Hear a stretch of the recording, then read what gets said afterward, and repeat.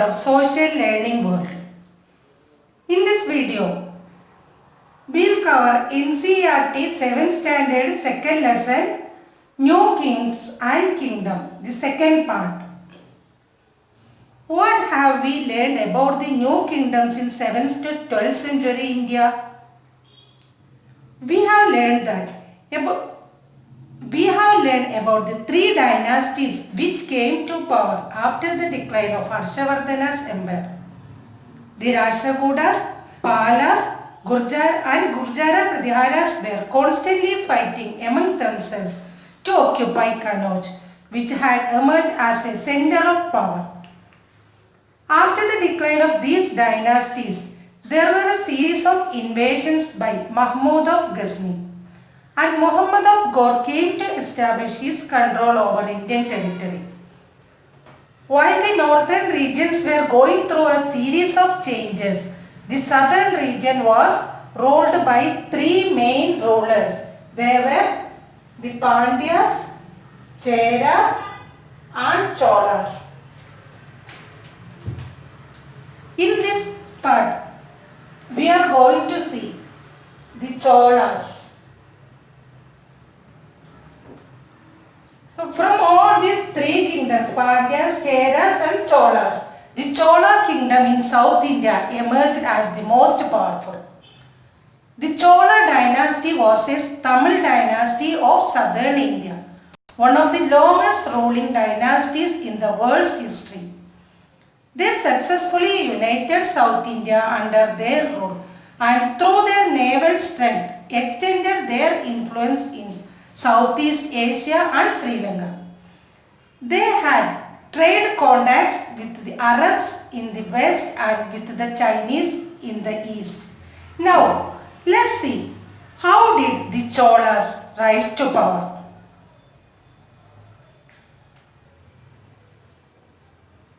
The Chola kingdom was established by Vijayalaya Chola in 9th century after overthrowing the Pallavas. Cholas were the subordinate to the Pallava kings of Kanchipuram. Vijayalaya Chola and his successors slowly defeated and took control of their neighboring kingdoms, including the Sri Lankan and Southeast region, mostly to occupy trade ports and to make the roads safe for their traders.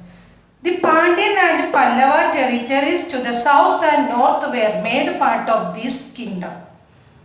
Rajaraja I,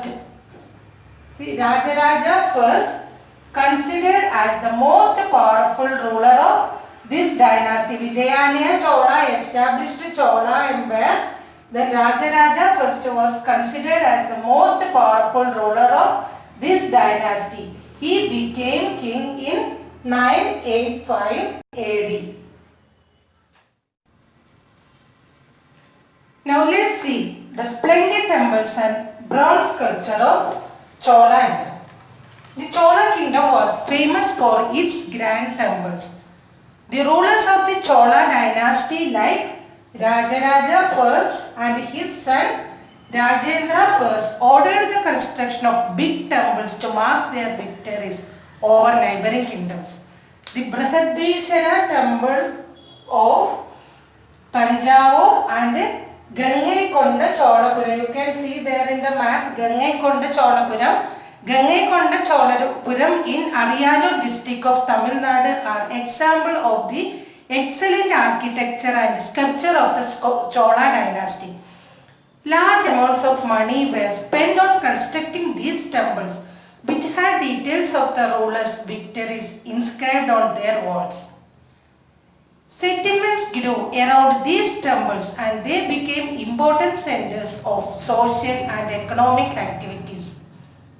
Rich people made generous donations to the temples and this supported the priests, musicians, dancers and other people who worked in the temples such as gardeners, weavers, cooks, sweepers and garland makers. These developments made the temples a hub of economic, cultural and social activities. Artisans from all over the country came to the temples to work and produced a variety of stone and metal work. The famous Chola bronze images are examples of this. Chola bronze images are considered amongst the finest in the world. Now, let's see the agriculture and irrigation system of Chola Empire. Why do you think the irrigation and agricultural policies of the Cholas are so famous? Many of the achievements of the Cholas were made possible through new developments in agriculture. To ensure that the farmers had enough land to work on, the Cholas had forests cleared and uneven land leveled. To ensure that the crops did not fail, they constructed many dams, reservoirs, tanks, wells, etc. Embankments were built to prevent flooding. What do you mean by embankments? A wall made to prevent river flooding. Cholas, to ensure these crops did not fail, they constructed dams, reservoirs, tanks and wells to store water. Then embankments were built to prevent flooding. Then also canals were made to supply water from the river to the fields. People in the kingdom actively participated in maintaining these irrigation structures. Now let's see the administration of the Chola Empire. What was the system of administration in the Chola kingdom? How was the administration organized? Settlements of peasants known as Ur. Settlements of peasants known as Ur. That Ur became prosperous with the spread of irrigation and agriculture.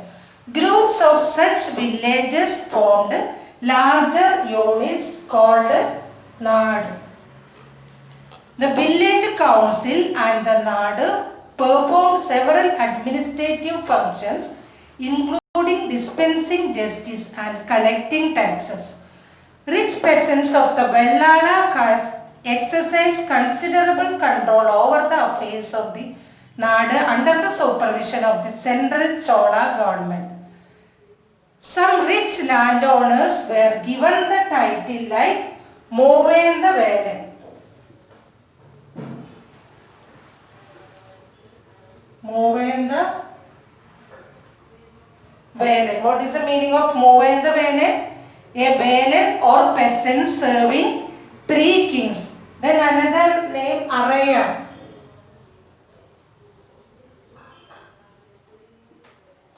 Araya or chief.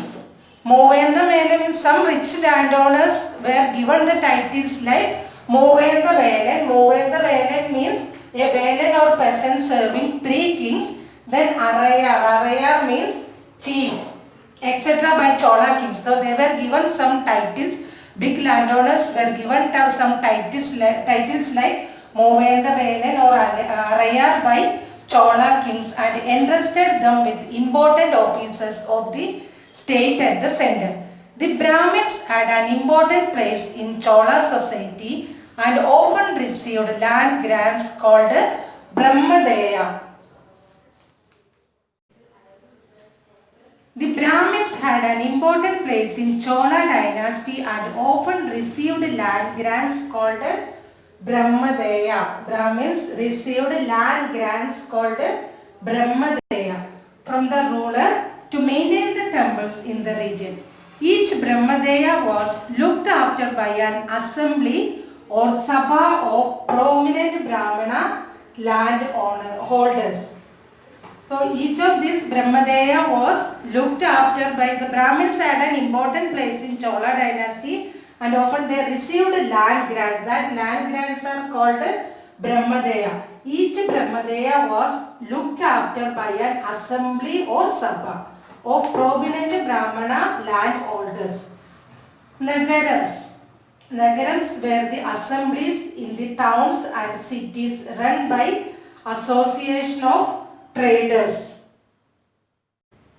Inscription of Uttaramelur inscription of Parantaka Chola in Chingalpur district in Tamil Nadu provide details of the way in which the Sabha was organized. The Sabha had separate committees to look after irrigation works, gardens, temples, etc. Now, who could be a member of the Sabha? The Uttaramelur inscription of Parantaka Chola tells that all those who wish to become members of the Sabha should be owners of the land from which land revenue is collected. They should have their own homes. They should be between 35 and 70 years of age.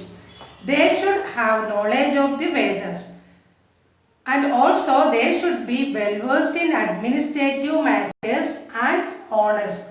The person who is having all these qualities can become the member of the Sabha. So if they wish to become the member of the Sabha, they should be the owners of the land from which land revenue is collected. They should have their own homes. They should be between 35 and 70 years of age, and they should have knowledge of the Vedas. And also they should be well versed in administrative matters and honest. Now let's discuss questions and answers related to this part.